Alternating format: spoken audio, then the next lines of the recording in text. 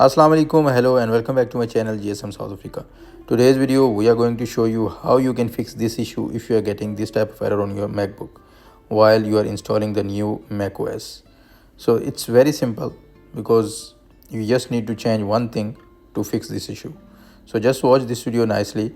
First of all, you need to disconnect your Wi-Fi.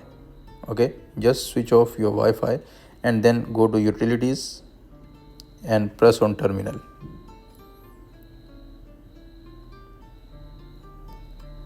And then press write here date.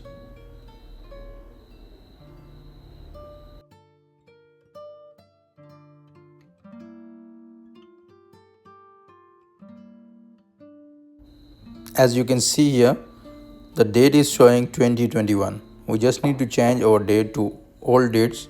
Like if it's 2021, just go to 2015 or 2014. Like if your MacBook is 2014, just go to 2015. If your MacBook is 2016, just go to 2017. So just go back, just write like I'm writing 01, 01, 01, 01 and then 15.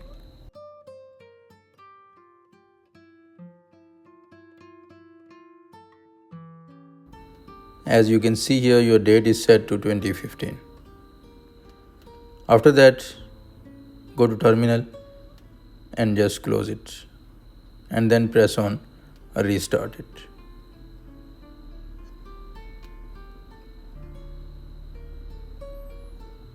After restarting, you will get this type of options: back and continue. Just press on continue, agree, select the drive, continue, and now it's done.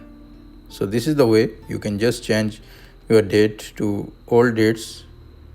Just change the year, then this program will fix.